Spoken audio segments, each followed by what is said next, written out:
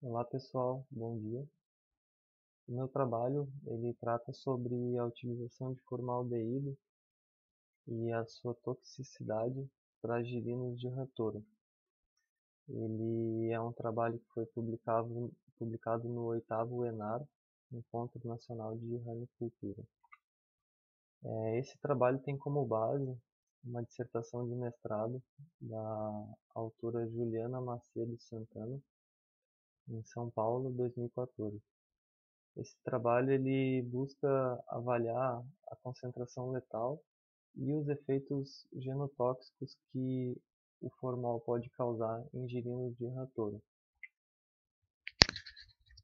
As principais doenças que trazem dificuldades para os produtores hoje é o ranavírus e a quitridiomicose, que são doenças que têm mais ocorrência nesse caso.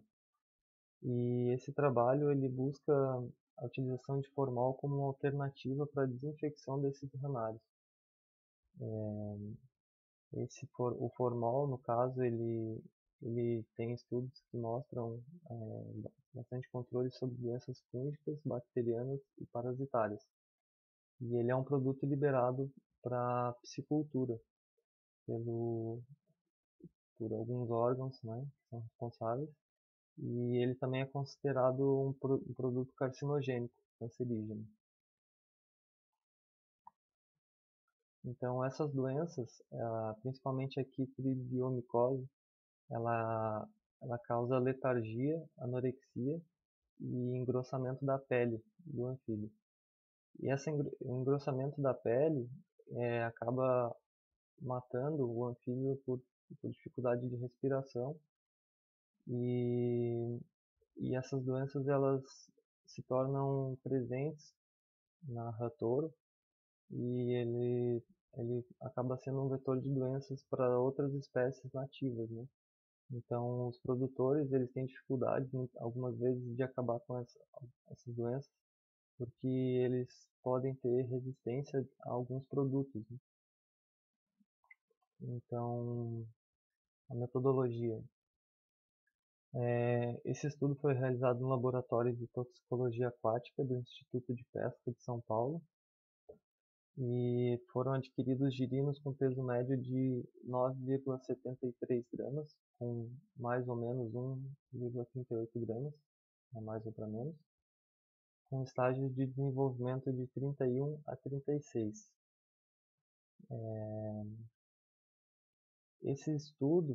Alguns estudos mostram que a concentração letal em 96 horas de formol da marca VTEC ela atinge um valor de 10,53 miligramas por litro. Então,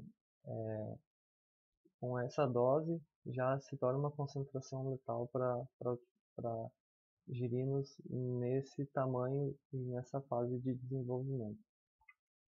Com base nisso, nesse valor, foram desenvolvidos tratamentos, onde um é o controle negativo, que não tem nenhuma adição de produto, outro é um controle positivo, com a adição de dicromato de potássio a 10.000 mg por litro, que é um produto considerado genotóxico, no caso, e as concentrações de formaldeído, né? Uma Cl50 sobre 2, que seria metade desse valor utilizado pela VTEC, né? Que seria no valor de 5,26 mg por litro. O Cl50/10, que seria 1,05 mg por litro. E o Cl50/100, que seria 0,1 mg por litro. Nesse caso, como o formol ele é muito volátil, foi feito um estudo sobre a concentração efetiva dele durante esse período de utilização do formol dentro dos dias, né?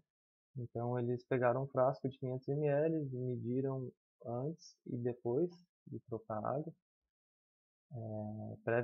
no começo, quando colocou água e depois, né, antes de trocar novamente.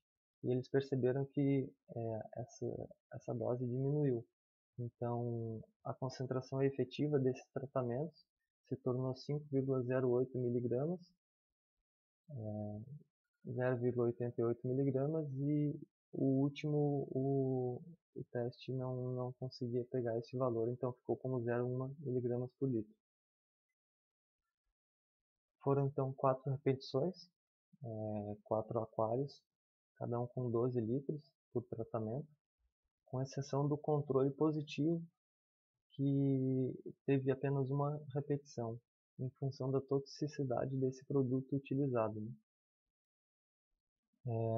A densidade então ficou 1 girino por litro, ou seja, 12 girinos por tratamento, com uma aeração constante, e o experimento durou em média 12 dias.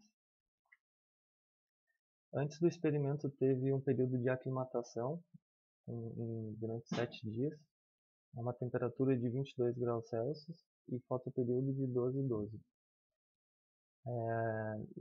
Nessa etapa, eles recebiam alimentação 2 vezes por dia, com uma quantidade de 0,5% de biomassa presente no aquário. A ração utilizada tinha 40% de proteína e a troca de água era semi-estática. Então, a cada 48 horas era realizada a troca de toda a água do aquário. Na amostragem, a coleta de dados era feita diária em relação à qualidade de água, onde foram analisados pH, temperatura, oxigênio e condutividade elétrica. Para a outra amostra foi feita a retirada de sangue do vaso caudal com a utilização de lidocaína, e foram retiradas amostras de todos os indivíduos antes de iniciar o experimento. Após o início do experimento, então, foi feito um teste crônico em apenas 3 animais por aquário, nos períodos de 96 horas, 192 horas e 288 horas, para análise dos micronúcleos. A alimentação era feita a cada 48 horas, 30 minutos antes da troca da água. Então, eles faziam a coleta dos dados antes de trocar a água e depois de trocar a água. Feita a retirada do sangue por punção, foi dividido em 2 lâminas, e a metodologia foi utilizada o metanol PA por 10 minutos, secagem, ácido clorídrico 5N por 10 minutos e uma coloração que iria identificar os núcleos das células, né? Então, nesse estudo foi feito um estudo da frequência de micronúcleos. E também foi dividido esses micronúcleos em células preservadas com menos de 20% de alteração ou alteradas com mais de 50% de alteração, e anomalias na membrana nuclear da célula. Os resultados, então. A qualidade de água, não houve diferenças mínimas significativas, então não teve nenhuma diferença de qualidade de água. Não houve mortalidade durante o experimento. E houve uma relação positiva entre a frequência de micronúcleos e o tempo de exposição a esse formol. Porém, não houve uma relação com a dosagem do formaldeído. Então, foi mais relacionado à frequência de micronúcleos e o tempo de exposição. Foi observado também um aumento de citotoxicidade, porém não houve diferenças significativas entre os tratamentos. Aqui então, na frequência de micronúcleos, a gente tem um gráfico que mostra uma linha vermelha que representa os valores que foram encontrados no controle negativo, com 1,40 micronúcleos, o momento zero, que começa no gráfico com 1,42, e assim por diante, né? 0,1, 0,88 e 5,08 miligramas, nos valores de 1,51, 1,62 e 2,12. O controle positivo ele não mostra no gráfico, mas ele teve um valor de 4,67. E nesse caso, essa relação positiva com o tempo de exposição, eles se tornam uma crescente linear. E o controle positivo, ele dá um salto, no caso, né? Ele é muito maior. Assim. Então, a gente pode observar que tem uma frequência de micronúcleos, né? Ali em cima tem duas células, uma normal e uma com a presença de micronúcleos. Então, essa análise é contabilizada a presença dos micronúcleos, né? Que está relacionado a uma alteração celular, né? E, consequentemente, também um potencial carcinogênico, cancerígeno. Né? Aqui outro gráfico, onde foi separado células preservadas e alteradas. Nesse caso, no momento zero, as células 80% eram preservadas e 20% alteradas, no caso. Controle negativo um pouco próximo também, mas o que chama atenção é que na primeira dose de formol, em 0,1 miligrama por litro, os valores atingem quase 50% de alteração celular, de anomalia, né? Então, é 100 vezes menor que a dose letal, e aí já tem uma alteração.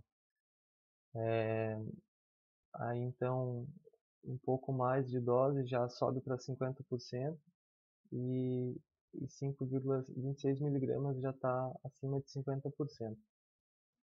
Então, doses muito baixas já mostram essa alteração, essas anomalias celulares. Né?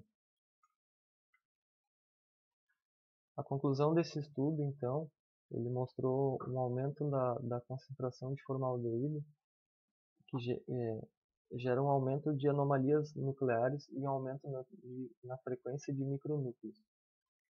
Então, a pequenas concentrações de formaldeído, eles causam anomalias e aumentam a frequência de micronúcleos. Ele não apresentou um efeito nocivo evidenciado pelos biomarcadores utilizados e não é um produto considerado seguro, porque apesar de não ter mostrado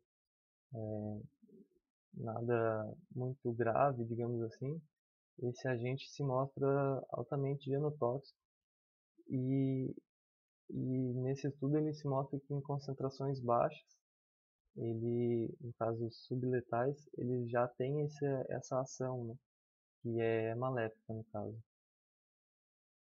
E é isso aí, galera. Valeu.